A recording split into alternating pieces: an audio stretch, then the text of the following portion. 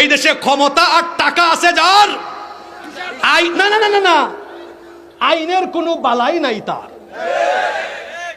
যার টাকা আছে, ক্ষমতা আছে, আইন তার পায়ের নিচে থাকে। যার টাকা নাই, ক্ষমতা নাই, তার আইনের কিছুই নাই। একবার আমার পাসপোর্টে ভুল হয়েছিল, এই পাসপোর্টটা কারেকশনে পাঠাইয়া প্রথমবার আমার কাছে পয়সা দাবি করেছে। আমি বলছি 1 টাকাও দিব না। ঘুষ দেওয়াও অন্যায়, নেওয়াও। ওই ডিজি, পাসপোর্ট অফিসের প্রধান, যে ওরে কি বলে জানি, ডিজি তো বলে না, আর কি জানি বলে, ওর সাথে আমি তর্ক করলাম। বললাম আমি তো হুজুর মানুষ, এটা আমি করব না।